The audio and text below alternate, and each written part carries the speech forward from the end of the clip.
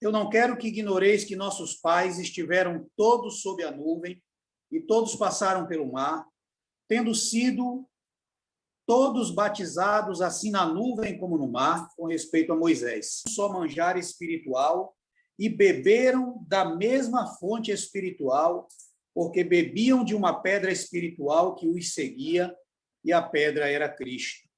Entretanto, Deus não se agradou da maioria deles, razão porque ficaram prostrados no deserto. Ora, estas coisas se tornaram exemplos para nós, a fim de que não cobicemos as coisas más, como eles cobiçaram. Não vos façais, pois, idólatras como alguns deles, porquanto está escrito: o povo assentou-se para comer e beber e levantou-se para divertir-se, e não pratiquemos imoralidade como alguns deles o fizeram, e caíram num só dia 23.000. Não ponhamos o Senhor à prova, como alguns deles já fizeram, e pereceram pelas mordeduras das serpentes. Nem murmureis, como alguns deles murmuraram, e foram destruídos pelo exterminador.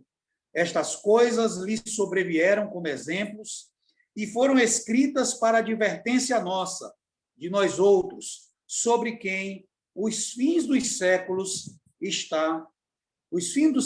têm chegado. Aquele, pois, que pensa estar em pé, veja que não caia. Não vos sobreveio tentação que não fosse humana, mas Deus é fiel e não permitirá que sejais tentados além das vossas forças. Pelo contrário, juntamente com a tentação, vos proverá livramento, de sorte que possais suportar. Amém. Eu falei muito a semana passada sobre o cuidado que nós precisamos ter com a ingratidão, com a murmuração, com a insatisfação, com aquela falta de contentamento que toma o coração das pessoas nesse momento, inclusive o coração dos filhos de Deus, e como nós devemos buscar diante do Senhor um coração grato, não pelo que Ele faz por nós, e pelo que Ele já fez por nós, mas por tudo que Ele significa para nós. Jesus é a nossa riqueza, o nosso tesouro, o nosso grande bem. E um filho de Deus jamais pode esquecer-se disso. Então, meus irmãos, quando nós lemos esse texto, algumas coisas aqui devem servir de nós como uma palavra de consolo e de alerta para as nossas vidas. Eu quero voltar somente aqui no versículo 5 e 6, quando Paulo, ao fazer toda essa narrativa, ele diz assim: entretanto, Deus não se agradou da maioria deles, razão porque ficaram prostrados no deserto. Aí o versículo 6, ele diz assim: ora, estas coisas se tornaram exemplos para nós, a fim de que não cobicemos as coisas más como eles cobiçaram. Eu gostaria que vocês prestassem atenção nisso, porque vocês se lembram que eu frisei muito esse ponto aqui, dos privilégios que aquele povo teve ao serem chamados e escolhidos por Deus para seguirem a Ele e se tornarem o seu povo, a sua nação. Esse é um privilégio muito grande que todos nós temos. Então, Paulo começa dizendo assim: eu não quero que vocês ignorem que todos esses que saíram do Egito, passaram pela nuvem, foram batizados em Moisés, viram os sinais, viram os prodígios, viram tudo que Deus fez. Mas, de repente, quando você chega no versículo 6 e você vê um povo que estava suprido por Deus, porque tinha uma coluna de nuvem que os acompanhava de dia e uma coluna de fogo que os acompanhava de noite. A palavra ali está dizendo, no texto que nós acabamos de ler, que a água que eles beberam no deserto veio de Cristo, que era a pedra espiritual que os acompanhava. Ele já estava lá. A rocha que foi fendida e que deu água para o povo no deserto, Paulo está dizendo agora aqui no capítulo 10 que a pedra que os acompanhava era o próprio Cristo. Olha, irmãos, como aquele povo foi privilegiado sem perceber a grandeza de tudo isso. Agora, quando chega no versículo 5, diz assim: entretanto, o Senhor não se agradou da maioria deles. Um povo suprido, protegido por Deus, guiado por Deus.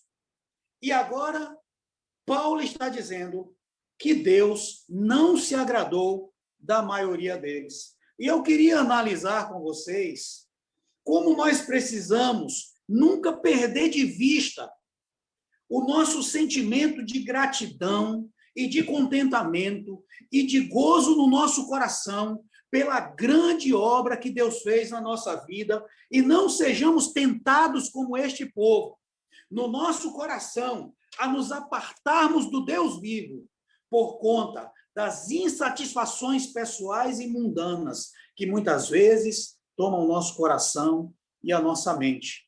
Então, quando nós analisamos esse texto, uma das primeiras coisas que Paulo diz no versículo 5, diz assim: o Senhor não se agradou deles, razão porque ficaram prostrados no deserto.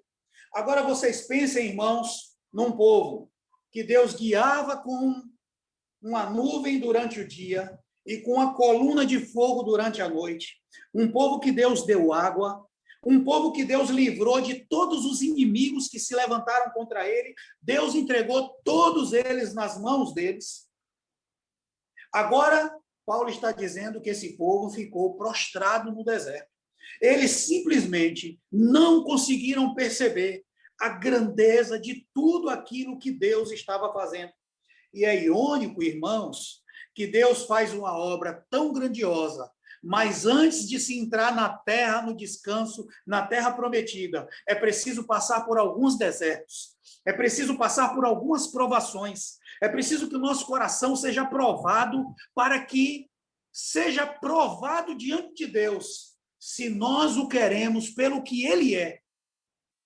Porque para um coração ingrato, meus irmãos, não tem quantidade de bênçãos que Deus possa dar.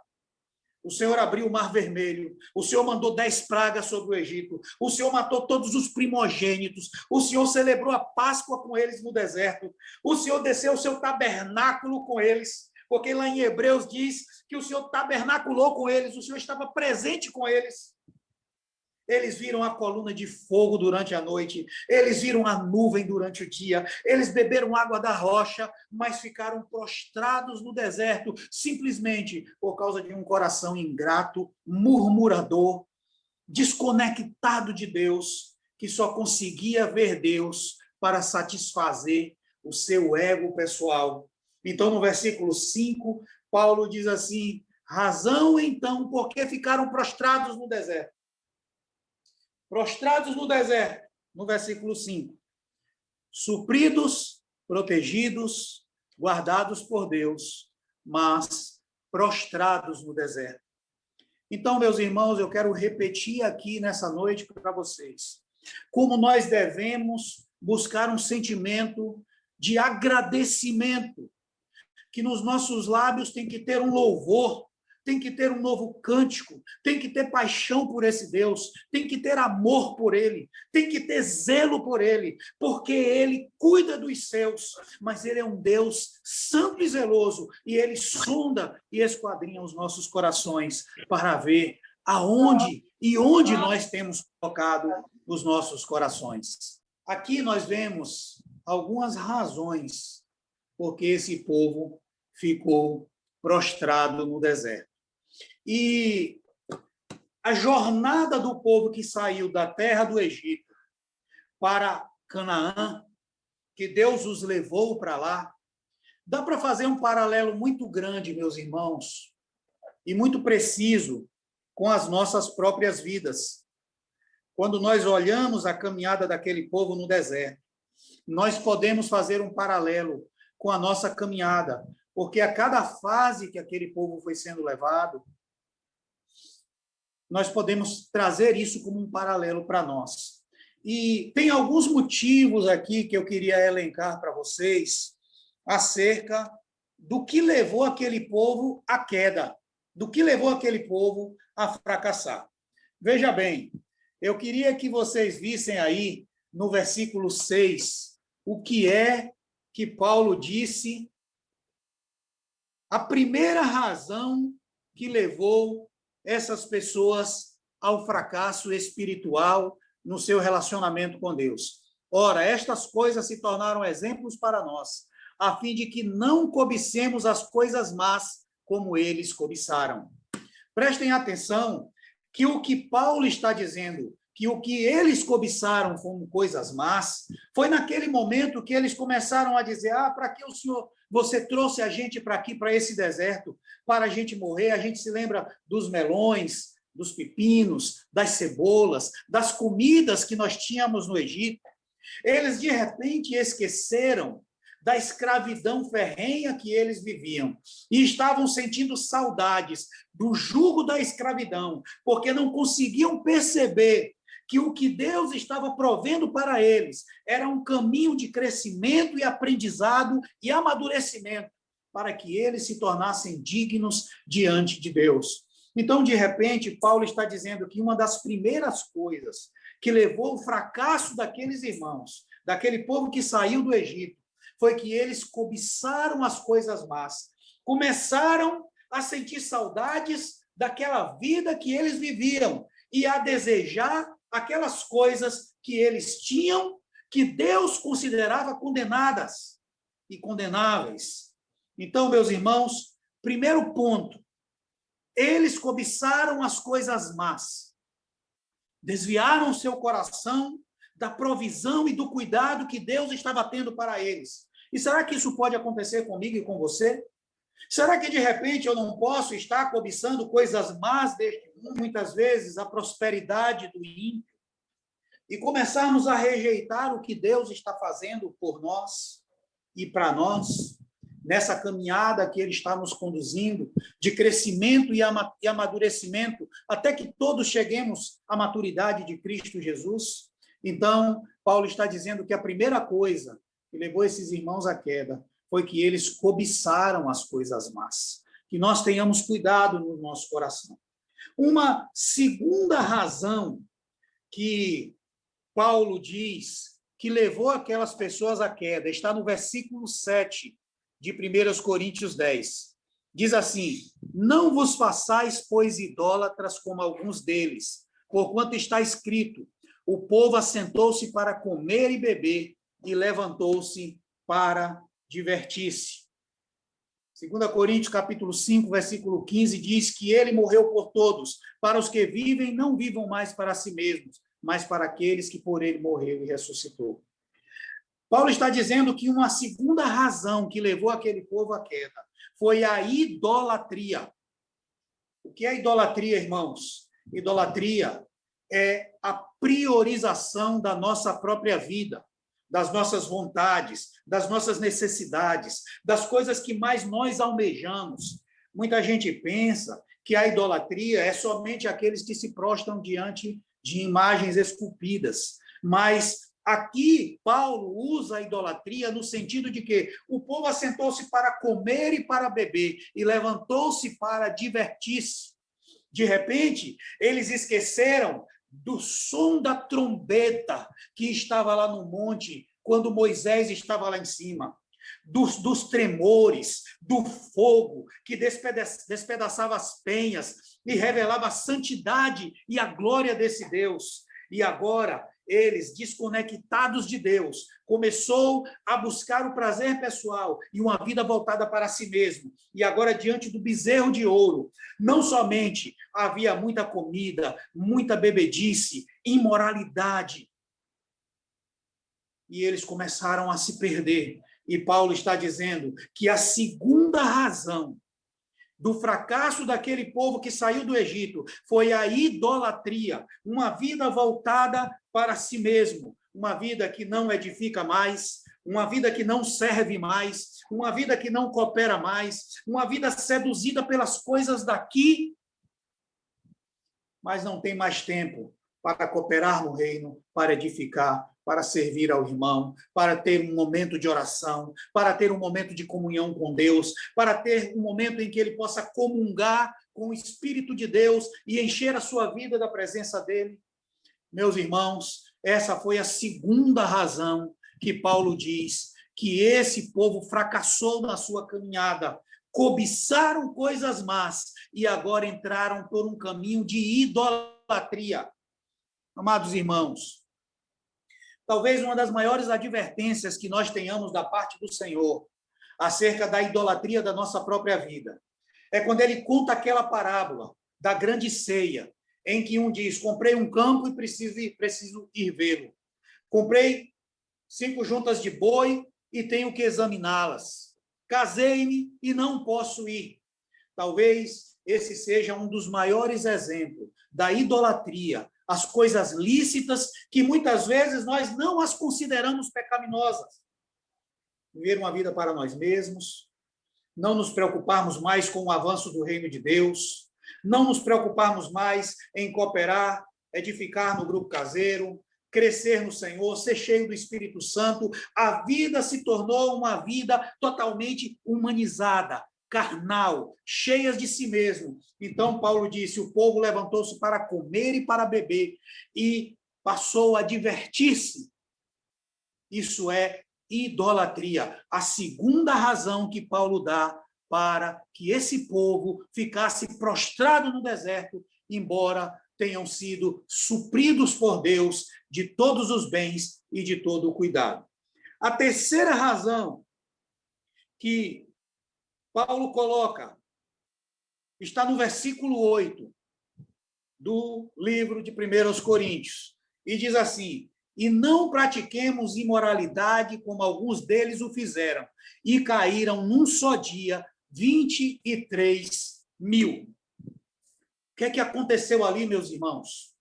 O que aconteceu é que, diante de um momento de idolatria, um momento de prazer extremo, um momento de bebedice extrema, aconteceu um momento também de grande imoralidade, depravação, falta de temor e de respeito à santidade de Deus. E aquele povo que viu todo aquele processo, que saiu do Egito, que atravessou o Mar Vermelho, que viu coisas grandiosas, agora estavam diante de um bezerro de ouro, adorando, se prostituindo. As suas mentes estavam corrompidas por demônios, pela carne, por Satanás. E agora Paulo está dando aqui a terceira razão do fracasso daquele povo: imoralidade, depravação. E olha, meus irmãos, eu quero dizer uma coisa para vocês, porque eu sei o problema que nós estamos vivendo nesse momento que a igreja está atravessando sobre a terra. Esse momento é um dos momentos mais sensualizados que nós já vimos em toda a história da humanidade. Um dos momentos onde a mente das pessoas estão cada vez mais carnais, mais deturpadas, mais cheia de coisas da carne. E é claro, vocês pensem, uma vida voltada para si mesmo leva para a idolatria, que leva para o culto de si mesmo, que leva para o prazer desenfreado, que leva para a bebedice desenfreada, que leva para comportamentos que desonram o nome do Senhor. E agora Paulo diz: não pratiquemos imoralidade como alguns deles o fizeram. E aí os filhos de Israel, que Deus disse que não era para eles se envolverem com as mulheres estrangeiras, começaram a se envolver com as moabitas. Pegaram as mulheres moabitas e se envolveram com elas, tiveram filhos com elas, e aquelas mulheres moabitas, a Bíblia diz, lá em Números, que elas levaram os filhos de Israel a pecar. Levaram os filhos de Israel para a idolatria, e não somente para a idolatria, para sacrificar seus filhos aos demônios. Olha, meus irmãos, que nem sempre os privilégios que Deus nos dá nos protege de entrarmos num caminho idólatra, depravado, pernicioso, se nós não guardarmos o temor de Deus em nosso coração. Essa foi a terceira razão. E eu queria que vocês saíssem um pouquinho aí de 1 Coríntios e fosse lá para o livro de 1 Pedro, no capítulo 1. 1 Pedro, capítulo 1. Eu quero ler a partir do versículo 14. E Pedro diz o seguinte: como filhos da obediência, não vos amoldeis às paixões que tinhais anteriormente na vossa ignorância. Como filhos da obediência, meus irmãos, não entrem naquela forma das paixões mundanas e carnais, da mente depravada, da mente carnal. Aí ele continua no versículo 5. Pelo contrário, segundo é santo aquele que vos chamou, tornai-vos santos também vós mesmos em todo o vosso procedimento, porque escrito está, sede santos, porque eu sou santo. Salomão foi um homem que, para mim, Salomão é um dos homens que faz uma das orações que mais surpreende a Deus na Bíblia. Salomão, quando Davi morre, Salomão, ele se vê diante do povo, e Salomão, ele vai a Deus, e ele faz uma oração ao Senhor. E ele diz assim para o Senhor: Senhor, olha para mim, eu não passo de uma criança, eu não sei me conduzir, me dê sabedoria para que eu possa fazer entrar e sair esse grande povo que o Senhor me deu. Seja comigo, me conduza, me dê sabedoria. E aquela oração de Salomão chama tanto a atenção de Deus, que Deus diz assim: olha, por que você não me pediu riqueza, nem a morte dos seus inimigos? Eu vou te dar sabedoria, como ninguém nunca teve, e te darei riquezas e bens, qual nenhum dos estadistas já teve nesse mundo. Que coisa fantástica. Um homem com uma simples oração chama o coração e a atenção de Deus. Mas, de repente, quando você vai caminhando um pouco mais, você percebe que Salomão acaba a sua vida com muitas mulheres, em muitas depravações. E as mulheres que ele tinha, 300 mulheres e 700 concubinas, o levaram para a idolatria e desagradar o coração de Deus. Paulo disse lá em 1 Coríntios, no capítulo 10, versículo 8, que a terceira razão que levou o povo a desagradar a Deus e a fracassarem na sua caminhada foi que eles se tornaram imorais. Imorais, as suas mentes foram depravadas, se tornaram depravadas. Então, irmãos, cuidemos do nosso coração, cuidemos da nossa mente. A nossa mente, o nosso corpo, é templo do Espírito de Deus e deve ser nutrida com a sua palavra, deve ser nutrida com o louvor, deve ser nutrida com adoração, deve ser nutrida na comunhão entre os irmãos, deve ser nutrida na edificação, falando entre vós com salmos, hinos e cânticos espirituais, entoando e louvando a Deus com gratidão em vossos corações, e tudo que fizerdes, seja por palavra, seja por obra, fazei tudo em nome do Senhor. É isso que Paulo fala lá no livro de Colossenses, no livro de Efésios, que esses irmãos tenham um linguajar cheio da presença santa do nosso Deus. Cuidado com esta postura imoral que aquele povo teve, e que nós não estamos livres disso, irmãos. Essa é a geração da imoralidade. Essa é a geração presa à carne, presa aos desejos carnais. E Paulo diz que essa foi a terceira causa do fracasso daquele povo no deserto. Cuidado com o que os seus olhos veem, cuidado com o que a sua mente está aonde a sua mente está vagando, para onde está indo o teu coração. Deseje a santidade, assim como é santo aquele que vos chamou, sede vós também santos em todo o vosso procedimento, porque escrito está, sejam santos, porque eu sou santo. A quarta coisa que Paulo diz, que levou esses irmãos ao fracasso, está no versículo 9. Vamos lá para 1 Coríntios novamente. 1 Coríntios capítulo 10, versículo 9. Ele diz assim: não ponhamos o Senhor à prova, como alguns deles já fizeram, e pereceram pelas mordeduras das serpentes. E aqui está a quarta causa do fracasso daquele povo: a presunção, a insatisfação com a condição na qual Deus os colocou. Vocês já viram aqueles irmãos que, passando por dificuldades, por problemas, por lutas, até enfermidades ou necessidades, e ele diz assim: mas eu não entendo por que isso está me acontecendo. Eu procuro ser fiel, eu procuro agradar a Deus, eu procurei fazer a sua vontade, eu procurei me guardar, e olha o que é que eu estou recebendo em troca. O coração dessas pessoas se enchem de presunção, achando que elas sabem o que é melhor para si mesmas.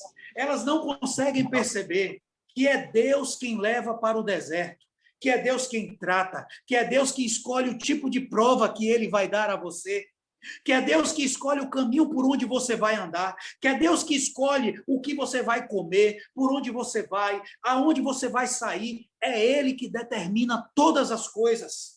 A mão dele guia todas as coisas. Mas aquele povo ali pôs o Senhor à prova, porque eles começaram a murmurar, a reclamar do caminho no qual Deus havia colocado todos eles ali. Vamos lá para Deuteronômio, no capítulo 8, texto muito conhecido de todos vocês, versículo 2. Recordar-te-ás de todo o caminho pelo qual o Senhor teu Deus te guiou no deserto estes 40 anos. O Senhor teu Deus te guiou no deserto estes 40 anos. Para quê? Para te humilhar, para te provar, para saber o que estava no teu coração, se guardaria ou não os seus mandamentos. Você acha que Deus não está observando suas reações? Você acha que Deus não está observando suas atitudes? Você acha que Deus não está observando os seus comportamentos? Você acha que Deus não observa quando você começa a se tornar ingrato, mesmo estando suprido por Ele, como aquele povo no deserto estava suprido por Deus? Você acha que Deus não observou isso? Então Paulo está dizendo assim: não ponhamos o Senhor à prova. Eles estavam cheios de presunção, achavam que podiam escolher o caminho, que podiam dizer a Deus o que Deus deveria fazer e como Deus deveria fazer. A sua vida está na mão dele e ele leva para onde ele quiser. Então, esta presunção no coração daquele povo foi a quarta razão que levou aquele povo a se afastar e ser reprovado por Deus. Insatisfação com as condições que Deus propôs para eles. Você está satisfeito com as condições que Deus te propôs? Será que algumas situações não foi Deus que te levou para te provar, para te humilhar e saber o que está no teu coração? Será que esse Deus, ao olhar para o seu comportamento, suas reações, suas falas, suas posturas, ele pode ver em você um servo bom e fiel, ou um murmurador, reclamador, uma pessoa insatisfeita? Lembre, meus irmãos, essa é a quarta razão por que aquele povo ficou prostrado no deserto. Você acha que a sua casa é aqui? Você acha que a sua pátria é aqui? Você acha que Deus se esqueceu da sua vida e que a sua vida está sendo levada pelo acaso? Ah, eu não ganhei aquele emprego. Ah, eu não recebi aquela casa. Ah, eu não ganhei isso, não ganhei aquilo. Até onde a mão de Deus está sobre a sua vida? Em cada circunstância, em cada situação. A palavra do Senhor diz: reconhece o Senhor em todos os teus caminhos e Ele endireitará as tuas veredas. Será que Deus não está conduzindo você por caminhos para que você seja moído, quebrado, que seja arrancado daí um homem duro, uma mulher cheia de si mesmo, um homem cheio de si mesmo, uma pessoa que só sabe computar o que não tem e não consegue ver o que Deus já fez? Deus não gosta de ingratos. Deus não tem prazer na ingratidão. Deus não tem prazer em murmuradores, ingratos, irreverentes, que não temem e não são gratos a Ele pela sua bondade e pela sua misericórdia. Pessoas que só são felizes e alegres quando elas recebem o que elas desejavam. Presunçosos. Não aceitam as condições às quais Deus muitas vezes o colocou para que você seja provado, para saber o que estava dentro do teu coração. Nessa pandemia, muitos corações têm sido revelados. E o Senhor está nos chamando ao arrependimento. Sabe aquele momento que você se pega com um medo exagerado porque você está confiando em você? Você está confiando você como supridor da sua casa, você como provedor da sua família, você como seu provedor? Não ponhamos o Senhor à prova. Não ponhamos o Senhor à prova. Não sejamos presunçosos. Agrada-te do Senhor e Ele fará aquilo que deseja o teu coração. Confia nele e o mais Ele fará. Ele é quem cuida do seu povo. Ele te dá na medida correta. E Ele tira na medida correta para que você cresça e para que você aprenda. Quarta razão, presunção, insatisfação com as condições que muitas vezes Deus propôs para nós, para o nosso crescimento e aprendizado. Cuidado, meu irmão, minha irmã. Leiamos o Salmo 78, versículos 19 e 20. Salmo 78, versículos 19 e 20. Falaram contra Deus, dizendo: pode acaso Deus preparar-nos mesa no deserto? Com efeito, feriu ele a rocha, e dela manaram águas, transbordaram caudais. Pode ele dar-nos pão também, ou fornecer carne para o seu povo? Ouvindo isto, o Senhor ficou indignado, acendeu-se fogo contra Jacó, e também se levantou o seu furor contra Israel. Ora, irmãos, aqui ele está se referindo àquele povo lá do deserto. Eles falaram: acaso pode o Senhor preparar uma mesa para nós no deserto? Ele pode sim. Preparas uma mesa perante mim no deserto, na presença dos meus inimigos. Ele prepara uma mesa perante mim e o meu cálice transborda. O problema é em que você encontra satisfação. Em quem você encontra satisfação. Porque se ele pode estar te preparando uma mesa no deserto, mas você pode estar como aquele povo do deserto, que lá em Números, no capítulo 6, nós não suportamos mais isso, nós só temos agora esse pão vil, já estamos enjoados desse maná. Eles consideraram a provisão divina como um pão vil, como algo enjoativo, como algo que eles não suportavam mais. E teve um momento que Deus ficou tão irado que ele chama Moisés, Miriam e Arão e diz assim: sai do meio desse povo, eu vou destruir todos eles e vou fazer de vocês uma grande nação. E Moisés disse: não, Senhor, não faça isso, o Senhor não pode matar o seu povo, o Senhor não pode fazer isso. Meus irmãos, nós precisamos ter cuidado. Acaso pode o Senhor preparar para nós uma mesa no deserto? Deus pode cuidar de você? Deus pode cuidar de você? Deus pode suprir suas necessidades? Ele está fazendo isso com você? Você consegue ver? Ou você está pondo o Senhor à prova, reclamando das condições às quais ele propôs? para a sua vida. Não podemos nos esquecer da gratidão, do louvor, da adoração, sempre ao nosso Deus. Voltemos agora para o quinto elemento que levou aquele povo a ser reprovado por Deus.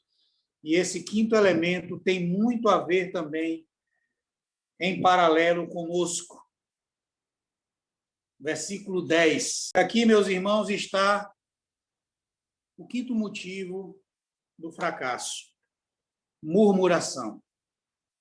Murmuração. Murmuradores. Nem murmureis como alguns deles murmuraram e foram destruídos pelo exterminador. Murmuração.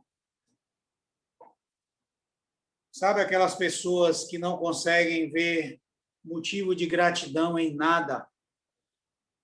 Está sempre murmurando, reclamando, nada está bom. Esse foi o quinto motivo.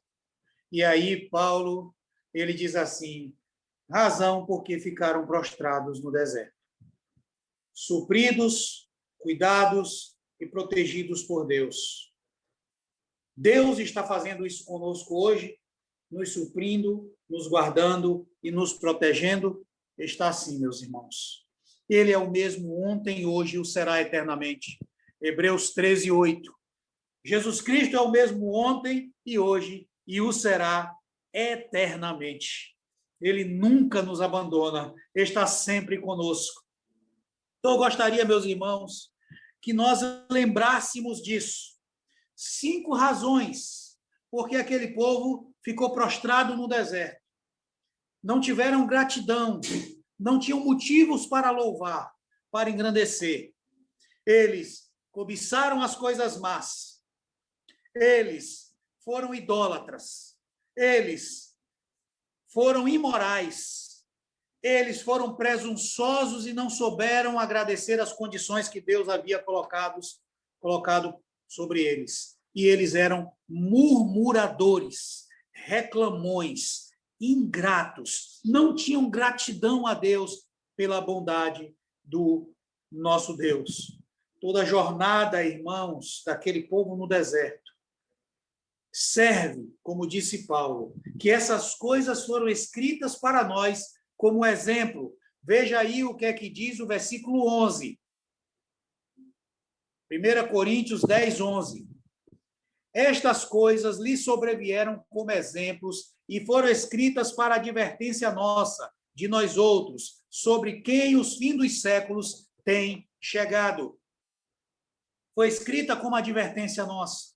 Tempo de pandemia, tempo de medo, tempo de incertezas, tempo de ansiedades, tempo de preocupações exageradas, tempo de murmuração. Os filhos de Deus devem andar com outro coração e num outro caminhar. O nosso Deus está conosco. E eu queria, meus irmãos, terminar essa palavra lembrando de 2 textos para que a gente possa encerrar aqui pensando sobre esses textos. O primeiro texto está em Lucas, no capítulo 18. Eu queria que vocês analisassem. Lucas, capítulo 18, a partir do versículo 1. Disse-lhe Jesus uma parábola sobre o dever de orar sempre e nunca esmorecer. Havia em certa cidade um juiz que não temia a Deus nem respeitava homem algum. Havia também naquela mesma cidade uma viúva que vinha ter com ele dizendo, julga minha causa contra o meu adversário. Ele por algum tempo não a quis atender, mas depois disse consigo, bem que eu não temo a Deus nem respeito a homem algum, todavia como esta viúva me importuna, julgarei a sua causa para não suceder que por fim venha a molestar-me. Então disse o Senhor, considerai no que diz este juiz iníquo. Não fará Deus justiça aos seus escolhidos, que a ele clamam dia e noite, embora pareça demorado em defendê-los? Digo-vos que depressa lhes fará justiça. Contudo, quando vier o Filho do Homem, achará fé na terra? Ora, irmãos, Jesus agora ele faz uma pergunta e com essa pergunta ele faz algumas afirmações. Por exemplo, no versículo 7, ele diz assim: não fará Deus justiça, não fará Deus juízo. Jesus está dizendo assim, é impossível que Deus não responda à oração dos seus filhos. Ainda que ele pareça demorado em responder, ainda que ele pareça demorado em atender, Jesus está dizendo assim, não fará Deus juízo, não fará Deus justiça, ainda que ele pareça demorado em atender. Aos seus filhos que clamam a ele de dia e de noite, prestem atenção nisso, porque os que clamam a ele de dia e de noite não perderam a esperança na sua resposta, não perderam a esperança na sua fidelidade, não perderam a esperança na seriedade e no compromisso que Deus tem conosco desde o dia em que nós aceitamos o seu governo e o seu senhorio sobre as nossas vidas. Jesus está dizendo assim, será que ele não vai fazer justiça? Será que ele não vai atender? Será que ele não vai responder aos que clamam a ele de dia e de noite? Eu lhe pergunto, será que em vez de clamar a Deus de dia e de noite e de esperar na sua fidelidade, na sua bondade, você está tentando a Deus, você está sendo presunçoso, você está sendo idólatra, você está sendo imoral, porque você perdeu Deus de vista e você agora já não consegue mais confiar na fidelidade dele? Não fará? Jesus está perguntando. Ele está dizendo, é impossível que ele não responda, é impossível que ele não atenda. Ele é fiel, meu irmão. Livre-se da murmuração, livre-se da dúvida, livre-se da incredulidade, livre-se da ingratidão. Jesus está dizendo, é impossível que ele não responda. Ele é fiel. Agora você não sabe por quais caminhos ele está te conduzindo, mas tudo que ele está fazendo na sua vida e na vida, na minha casa, na minha família, é para o meu bem, porque ele me ama. Mas aí ele pergunta, no versículo 8, porventura, quando o Filho do Homem vier, encontrará fé na terra? E essa pergunta é para os nossos dias. É para mim e para você. Como anda a sua confiança? Como anda a sua fé? Como anda a sua gratidão? Como anda a sua certeza, a sua alegria e o seu gozo no seu coração? Porventura, quando o Filho do Homem vier, encontrará fé na terra? Pense nisso, meu irmão. Pense de como você está se conduzindo para que a gente não caia prostrado como aqueles caíram. Agora, o último versículo que eu gostaria de ler com vocês está em Filipenses, no capítulo 3. Filipenses, capítulo 3, versículo 13 e 14, que é uma fala de Paulo. E Paulo diz o seguinte, irmãos, quanto a mim, não julgo havê-lo alcançado, mas uma coisa faço, esquecendo-me das coisas que para trás ficam e avançando para as que diante de mim estão, prossigo para o alvo, para o prêmio da soberana vocação de Deus em Cristo Jesus. Paulo, passando por muitos sofrimentos, prisões, abandono, escárnio, desprezo, ele disse assim, irmãos, eu não julgo ter alcançado, mas uma coisa eu faço.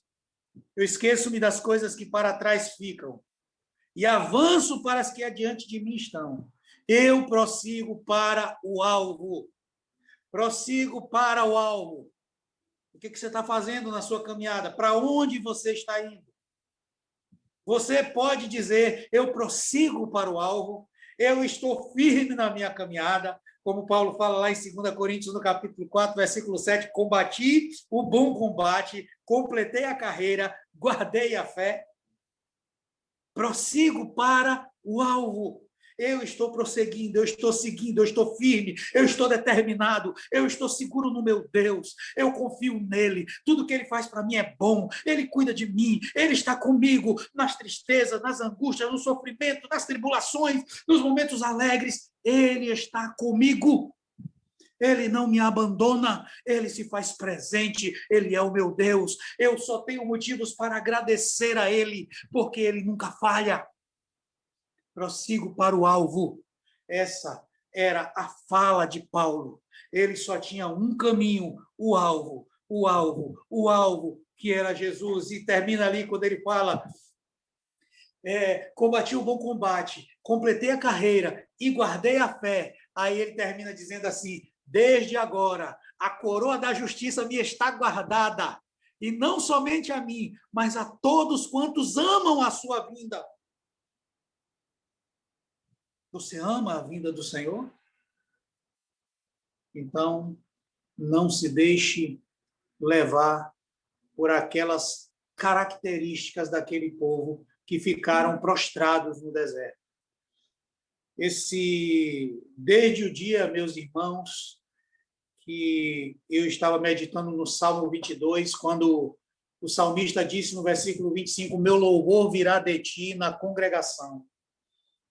Eu fico policiando o meu coração para que eu não murmure contra o meu Deus, para que eu não seja ingrato para com ele, para que eu saiba agradecer tudo que ele fez na minha vida e na minha casa até o presente momento, para que eu nunca me esqueça da sua fidelidade e que ele é a nossa porção, a nossa herança e a nossa riqueza. Senão, irmãos, nós poderemos não agradá-lo. Nem sempre a quantidade de bênçãos na vida de um homem significa a aprovação de Deus. Entretanto, Deus não se agradou da maior parte deles, está lá em 1 Coríntios 10, versículo 5. A razão porque ficaram prostrados no deserto. Tantos privilégios, tantas bênçãos, tanta riqueza de Deus, mas Deus não se agradou da maior parte deles. E Paulo diz que tudo isso foi escrito, meus irmãos, para advertência nossa. Como você está se portando nesse momento? Você está aguardando esperançoso, prosseguindo para o alvo, olhando para Jesus, renovando suas forças, renovando sua fé, renovando seu coração, não se deixando levar pelas coisas daqui, não cobiçando as coisas más, não vivendo para si mesmo, sendo servo, sendo cooperador, sendo aquele que edifica no reino de Deus, sendo aquele que está estendendo a mão ao necessitado, ao cansado, ao desesperado. Não vivamos para nós mesmos, irmãos. Tenhamos uma vida de gratidão, de louvor e adoração ao nosso Deus. Meu louvor virá de ti na congregação. Assim deve ser a nossa caminhada. Ele, a razão, o motivo do nosso louvor e da nossa gratidão a ele. Amém? Louvado seja o nome do nosso amado Jesus.